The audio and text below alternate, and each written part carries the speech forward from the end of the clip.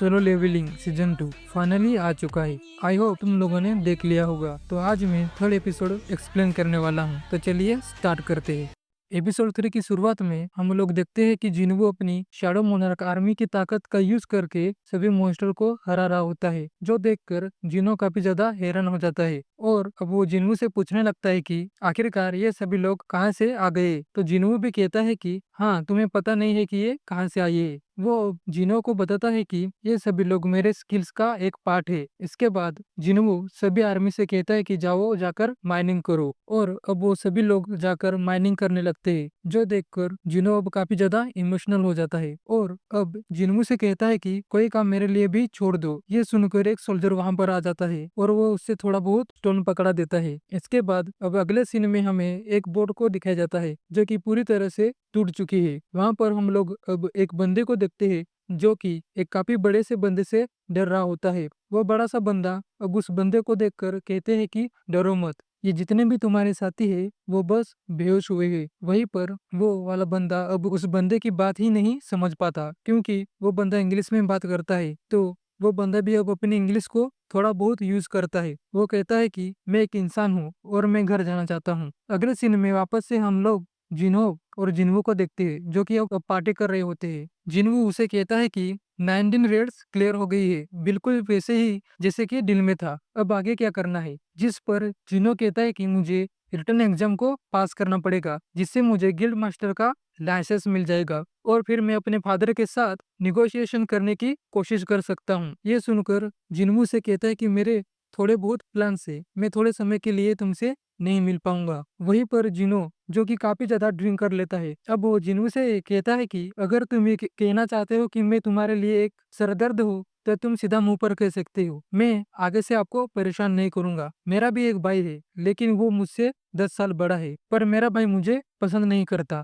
इसलिए हमारे बीच में कोई भाईचारा ही नहीं है। वहीं पर जो तुम हो, तुमने मेरी जान भी बचाई और तुम मेरे कितनी मदद भी कर रहे हो। काश तुम मेरे बड़े भाई होते। ये सुनकर जिन्वो अब खुश हो जाता है और अब वो उसको ड्रिंक सर्व करता है और कहता है कि अगर ऐसी बात है तो आज से मैं तुम्हारा बड़ा भाई हूँ। ये सुनने के बाद जिनो अब काफी ज्यादा इमोशनल हो जाता है और वो जिन्वो के साथ फिर से पार्टी करने लगता है। इसके बाद अब अगले सीन में हमें उसी बंदे को दिखाया जाता है जिसे कैप्चर करके रख लिया गया है। वहीं पर उसको जो पकड़ने वाले होते वो आपस में बात कर रहे होते हैं कि आखिरकार ये बंदा कहाँ से है। जिस पर दूसरा बंदा कहता है कि ये बंदा कह रहा था कि ये एक फॉरेन का हंटर है और ये 10 साल से किसी गेट के अंदर ट्रैप था और अब उसे एक एग्जिट गेट मिल चुका है, जो कि सीधा उसे अमेरिका में ले आया है। क्योंकि ये हंटर इंग्लिश में बात नहीं कर सकता है, इसलिए हम लोग एक इंटरप्रेटर का वेट कर रहे हैं। ये बंदा ह्यूमनॉइड मैजिक बिस्ट भी हो सकता है, इसलिए हमने मदद के लिए एक एस रैंक हंटर को बुला लिया है, जो कि इंटरप्रेटर का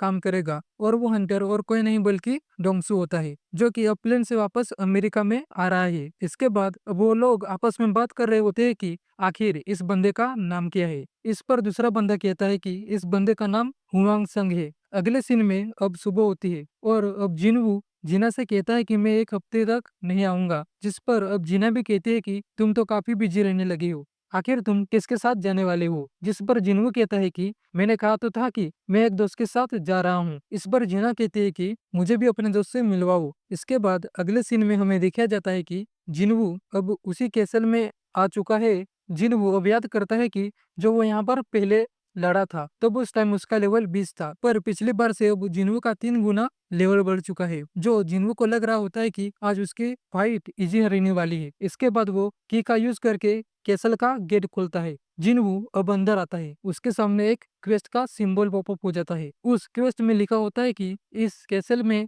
डिमंस घूम रहे हैं, तुम्हें उन्हीं के सोल्स को इकट्ठा करना है। क्वेस्ट को कंप्लीट करने के लिए तुम्हें 10,000 डिमन सोल्स को कलेक्ट करना होगा। ये सुनकर जिन्वू काफी शौक हो जाता है कि यहाँ पर इतने सारे डिमंस है। जिन्वू अब अपने आप को कंट्रोल करता है और कहता है कि मेरा ऑब्जेक्टिव बिल्कुल साफ है, चाहे यहाँ पर कितने भी डिमंस हो मुझे फर्क नहीं पड़ता, मैं इन सभी को हरा कर रहूंगा। अगले सीन में हम लोग जिनो को देखते हैं, जो कि अब अपने फादर के पास आ चुका है। उसके फादर अब उसे कहते हैं कि तो तुम्हें गिल के ऊपर कब्जा करना है, पर तुम्हें पता है ना कि तुम्हारा भाई ऑलरेडी गिल के अंदर काम कर रहा है। जिस पर जिनो कहता है कि मेरे हिसाब से जो उसका प्लान है बाहर से किसी को लाना गिल्ड को चलाने के लिए, ये हमारी कंपनी के लिए ज्यादा रिस्की है। ये सुनकर जिनो के फादर उसे कहते हैं कि तुम्हारे अंदर का नाम संग जिनवू है ना, ये वही बंदा है ना जो कि डबल डंजन वाली रेड के अंदर था। और जिनू वहां भी इन्वॉल्व था ना जहाँ पर सर्वेलियंस टीम के एक अंडर का मर्डर हुआ था। तुमने आज तक जितनी भी रेड करी है जिनवू उन सभी में था।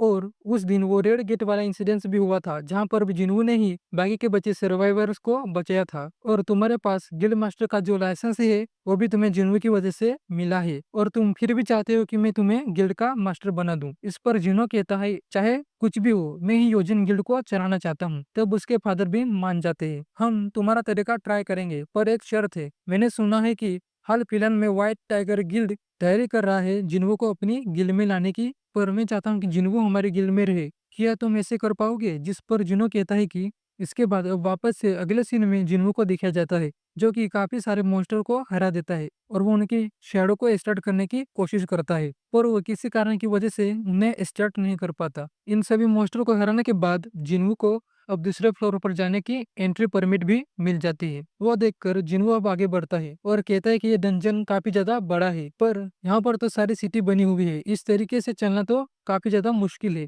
ऐसा बोलने के बाद जिन्हों अब आइस बेर्स वाले भालू के लीडर को बाहर निकालता है और उस पर बैठ जाता है, जिससे कि वो भालू जिन्हों को आगे काफी जल्दी से चले। पर तभी अचानक से जिन्हों देखता है कि सामने तो अब और मॉन्स्टर्स आ चुके हैं। ये देखकर जिन्हों परेशान हो जाता है, पर तभी वो जो भालू होता है वो बिना डरे आगे बढ़ता है और उन सभी मॉन्स्टर्स को मारता हुआ आगे बढ़ रहा होता है, जो देखकर जिन्हों काफी ज्यादा इम्प्रेस होता है। और अब वो उस भालू से कहता है कि आज से मैं तुम्हें टैंक बुलाऊंगा। इसके बाद अब अगले सीन में हमें चाहे को दिखाया जाता है जो कि स्विमिंग करके बाहर निकलती है और सभी लड़कियां उसकी खूबसूरती को देखकर फ्लैट हो जाती है। वही चाहे अब याद करती है कि जब वो चोय के पास गई थी तो उसने उससे कहा था कि आखिर हम लोगों को बता क्यों नहीं रहे फ्लाइंग एंट्स के बारे में, हम लोगों से ये बात छुपा क्यों रहे हैं। जिस पर चोई कहता है कि क्योंकि ऐसे ऑर्डर्स एसोसिएशन के हैं, उनका कहना है कि अगर लोगों को पता चल जाएगा तो लोग परेशान हो जाएंगे और डरने लगेंगे। चिंता मत करो, अभी के लिए हम लोग अपनी ताकत बढ़ाने पर फोकस करना है और अपने गिल्ड को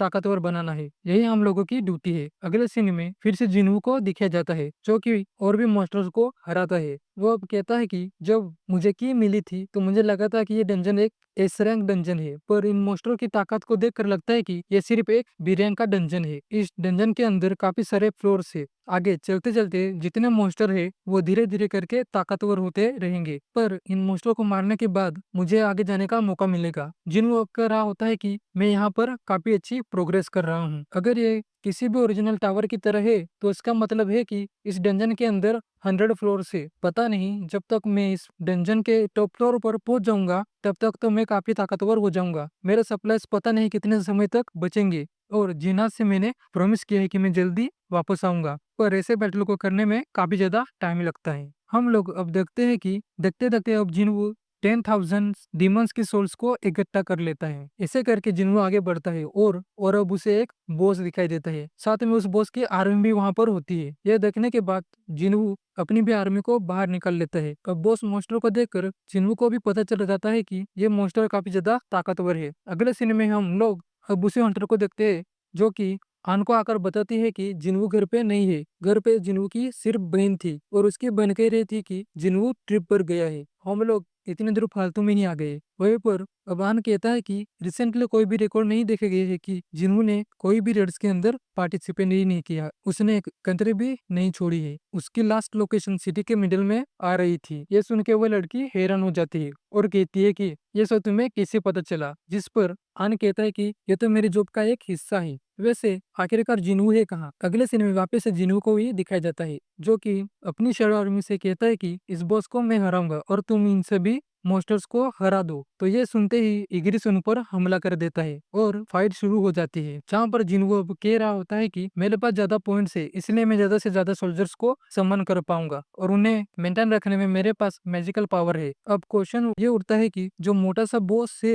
ये उठ भी पाएगा? जिन्हू अब जैसे ये बात सोचता है हम लोग अब देखते हैं कि वो जो बॉस होता है वो अब काफी तेज स्पीड में आगे आ जाता है और हमला कर देता है, जो देखकर जिन्हू भी गुस्से में आ जाता है और कहता है कि आखिर बेकार तुम ये क्या कर रहे हो। ऐसे बोलने के बाद जिनवू अब उस बॉस को काफी जोर से मुक्का मार देता है, जिसकी वजह से वो बॉस काफी दूर जाके गिरता है, जो देखकर जिनवू भी हैरान हो जाता है और कहता है कि क्या मैंने अपनी ताकत कुछ ज्यादा ही यूज कर ली। पर तभी हम लोग देखते हैं कि वो बॉस अब फिर से खड़ा हो जाता है और वो काफी तेज स्पीड में जिन्वू की तरफ दौड़कर आ रहा होता है। यह देखकर जिन्वू थोड़ा सा घबरा जाता है और वो आयरन की शील्ड मांग लेता है, तो आयरन भी अपनी शील्ड को जिन्वू को पकड़ा देता है। इसके बाद अब जिन्वू आयरन की शील्ड का यूज करके उस बॉस के हमले से बच रहा होता है। वहीं पर अब वो बॉस काफी सारे हमले करने लगता है। जिन्वू को भी उसे रोकने में काफी मुश्किल हो रही थी। जिन्वू अब हमला करने के लिए एक मौके का वेट कर रहा होता है और अब जैसे जिन्नू को मौका मिलता है, जिन्नू अब एक छलांग लगाकर सीधा उसके ऊपर हमला कर देता है।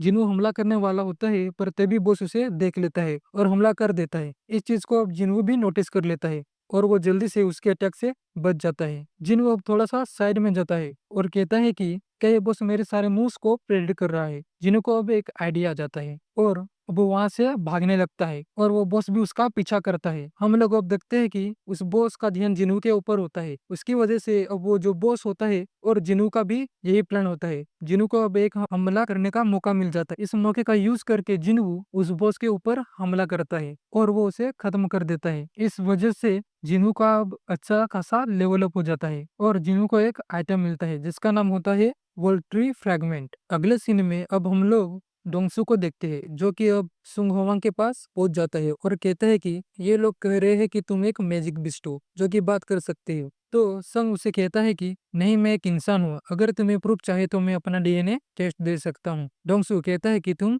चुप हो जाओ, मैं तुम्हारी आवाज नहीं सुनना चाहता। वैसे भी मुझे गुस्सा आ रहा है क्योंकि मेरा मजाक किरकिरा कर दिया तुमने। इसके बाद डोंगसू रिपोर्ट को पढ़ रहा होता है, तभी उसे संग कहता है कि क्या मैं तुमसे कुछ पूछ सकता हूँ, जिस पर डोंगसू कहता है चुप हो जाओ। पर संग अब उसे कहने लगता है कि क्या ह्यूमैनिटी को गेट्स और मैजिक बिट्स के बारे में कितना पता चला है। ये सुनकर डोंगसू कंफ्यूज हो जाता है और कहता है कि तुम क्या कहना चाहते हो। अब संग कहता है कि जो डंजन्स और गेट और बीस्ट है वो तो कुछ भी नहीं है, एक ऐसी ताकत जो जो अल्टीमेट तबाही ला सकती है, वो चीज अवेकन हो चुकी है। मुझे ज्यादा तो उसके बारे में नहीं पता, पर मैं उस तबाही को रोकना चाहता हूँ, यही मेरा गोल है। ये सुनकर डोंगसू कहता है कि अपनी बातों को बंद करो, तुम्हें पता है ना कि इस दुनिया के अंदर कितने सारे हंटर्स है, वो अपने आप ही अकेले संभाल लेंगे। जिस पर संग कहता है कि नंबर्स काम नहीं आएंगे क्योंकि खतरा ही कुछ ज्यादा बड़ा है, उन हंटर्स को रिकवर कर लिया जाएगा और हमारे खिलाफ यूज किया जाएगा। ये सुनकर डोंगसू कहता है कि काफी अजीब बात है कि तुम्हारा तो एक नाम भी है, साथ में तुम्हारी एक वाइफ भी है और दो बच्चे भी है। डोंगसू अब उसकी रिपोर्ट को पढ़ता है और कहता है कि क्या तुम्हें अपने बच्चे का नाम याद है। तो वो कहता है कि हाँ, मेरे बच्चे का नाम जिनवू है, इसका मतलब ये जिनवू के पापा है। वो अब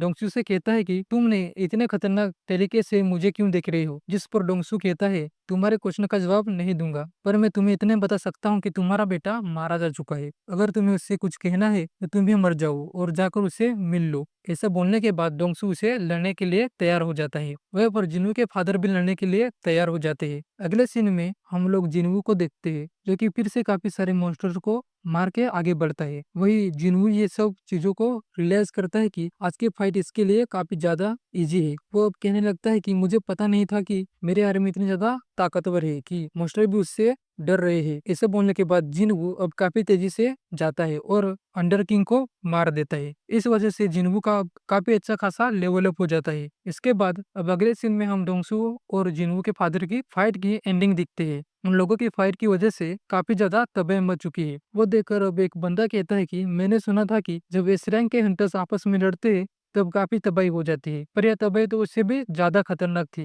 वो बंदा इतना ज्यादा ताकतवर था कि डोंगसू काफी जल्दी हार गया। अगले सीन में वापस से हमें जिन्नू को दिखाई जाता है। वो कहता है कि अब मेरा खाना खत्म हो चुका है, इसका मतलब है कि अब मुझे आगे नहीं जाना चाहिए। इस समय मैं 75th फ्लोर पर हूँ, इसका मतलब 25 फ्लोर्स और रहते हैं। अभी मुझे आगे और भी चलना है, पर कोई नहीं, आज मुझे जितना ही फायदा हुआ है वो काफी काम का है। मुझे उस मोटे से बॉस को हराने के बाद एक इयररिंग मिली और स्केलेटन से मुझे ये नेकलेस मिला है, ये भी काफी ज्यादा कमाल का है। मेरा स्टेटस मुझे बता रहा है कि एक और बॉस लेवल बिस्ट भी रहता है। जिन्हों अब कहता है कि मुझे एक क्लियर भी मिला है, पर मुझे लगता है कि ये मेरे कोई काम का नहीं है, इसलिए मैं अपने मैजिक सोल्जर्स को इन्हें दे दूंगा। इससे उनकी फायर पावर बढ़ जाएगी। और फाइनली मैं चूज कर पाया एक कर्स रैंडम लूट बॉक्स जो कि मुझे क्वेस्ट के रिवॉर्ड में मिली है। चिन्हू अब उस बॉक्स को ओपन करता है और अब उसे वहां पर एक चाबी मिलती है। इसके बारे में कोई भी डिटेल नहीं होती है, यानी कि इस चाबी को कहाँ और कब यूज करना है